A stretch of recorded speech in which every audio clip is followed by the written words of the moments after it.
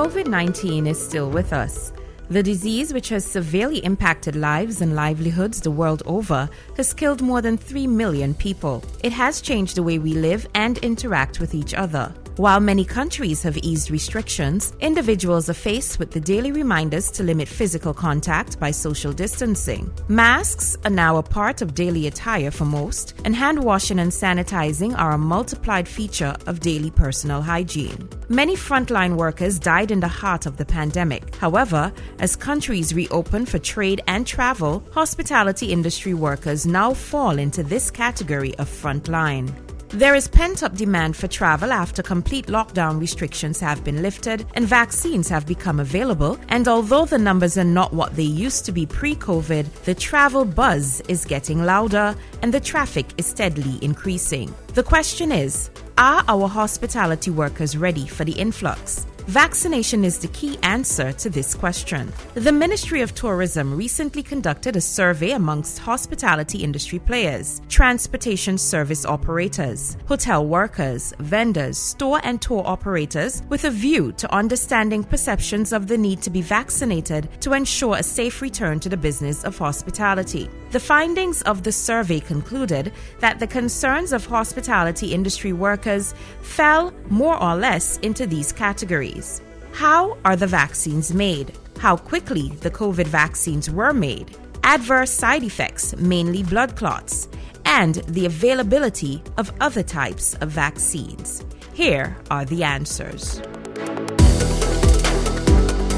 How are vaccines made? There are 3 types of vaccines. The first one is the whole germ vaccine. The second is the subunit vaccine. And the third is the RNA or DNA genetic type. In the whole germ vaccine, they use the whole virus or bacterium that carries the disease, and they inactivate it or kill it so that it cannot cause the disease. However, the immune system does not know that it is harmless, so it develops weapons against it. These weapons take a couple of weeks to form, and they remain in the body to tackle the live germs as soon as they come. Sometimes the germ is not killed, but it is made so very weak that, like the dead ones, it cannot do any harm. But it triggers the immune response just the same. The measles, mumps, and rubella MMR vaccine, as well as the chickenpox and shingles vaccines, are examples of this type of vaccine. Another way is to use a safe virus to deliver specific parts or subunits of the diseased germ in question. The safe virus then serves as the vector to deliver the material into the body so as to trigger the immune response. AstraZeneca is this type of vaccine and can be developed rapidly. The subunit vaccine is one that uses the specific parts or subunits of the virus or bacterium that the immune system needs to recognize. It does not contain the whole virus or use a safe virus as a vector. Most vaccines on the childhood schedule are subunit vaccines, protecting us from diseases such as whooping cough, tetanus, meningococcal meningitis, etc. Before COVID-19, mRNA vaccines had not got full approval for use in humans, though some were already going through human trials. Because of the pandemic, extra time, effort, and money were put into the trials, leading to vaccines that have met the requirements for emergency use authorization. These vaccines deliver some genetic material from the virus into our cells, causing them to produce proteins similar to those of the virus. Our immune system then develops weapons against them so that we are ready to defend ourselves when the real virus comes along. The speed with which COVID-19 vaccines were developed. During the Spanish flu pandemic of 1918 through to 1920, scientists did not know that it was caused by a virus. That was not known until the mid-1930s. They tried vaccines against certain bacteria, thinking they might have been responsible. Needless to say, they did not work. That's why the pandemic in that time was so devastating, killing over 50 million humans as officially recorded. Perhaps there were countless more.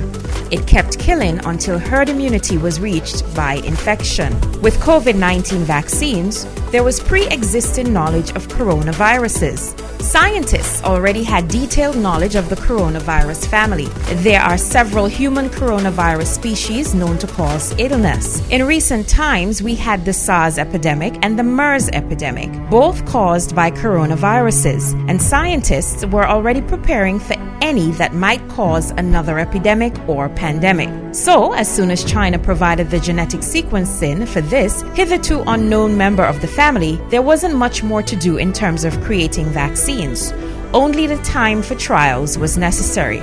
Modern technology. The field of medical science has not been denied the benefits of the vast and rapid advances in technology over the last 3 decades. As a matter of fact, our homes with all the electronic consumables are usually the last to benefit from these advances. Extraordinary levels of funding.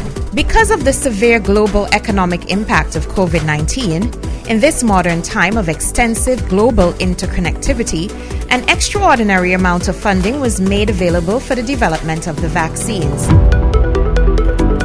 Adverse side effects, more specifically blood clots. Blood clots are very common occurrences normally. They represent a significant percentage of routine medical complaints. It is estimated that in any year, an average of 1 in every 1,000 persons suffer from blood clots. In Antigua, it is a quite well-known cause of sudden death. A connection has been established between vaccinations, especially AstraZeneca, and blood clots in an extremely rare number of cases. Of 21.2 million doses of AstraZeneca given in the UK by April 14, 2021, there were 168 cases of blood clots. That's approximately 8 cases per million. That is about 1 person in 126,000. In other words, about 0.75% of a person in our population said to be 98,000. The following factors increase your risk of developing a blood clot: obesity, pregnancy, immobility, including prolonged inactivity, long trips by plane or car, smoking, oral contraceptives, certain cancers, trauma, and certain surgeries. Before vaccination, speak to a doctor if you think that you may be at risk of getting blood clots. After vaccination, pay attention to the signs and symptoms on the card that you are given at the vaccination center and call the hotline as soon as you suspect a problem so that you may receive medical evaluation urgently. The availability of other types of vaccines. Antigua and Barbuda has available currently the Oxford AstraZeneca vaccine, the Sputnik V vaccine from Russia, and the Sinopharm from China. While other vaccines are available in other parts of the world, some are yet to be approved by the World Health Organization, and some are not available in large enough quantities to be distributed worldwide. You are left with the choice to decide however long you are willing to place yourself at risk of becoming seriously ill or even die due to COVID-19 infection. Vaccination is not mandatory in Antigua and Barbuda. It is still an individual choice, but hospitality industry workers must consider the heightened risk that their occupation may present, as well as the risk that it may present when they return home to their family, friends, and loved ones. Are they worth that risk?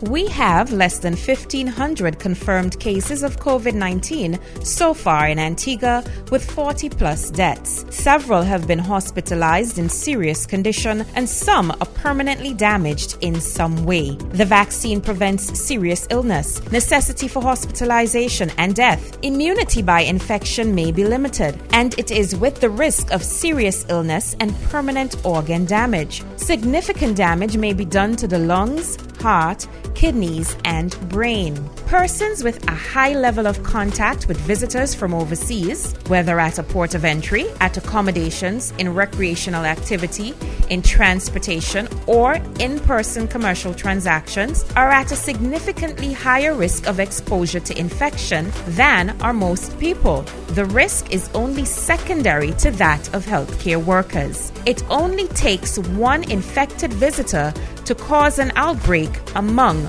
unvaccinated persons.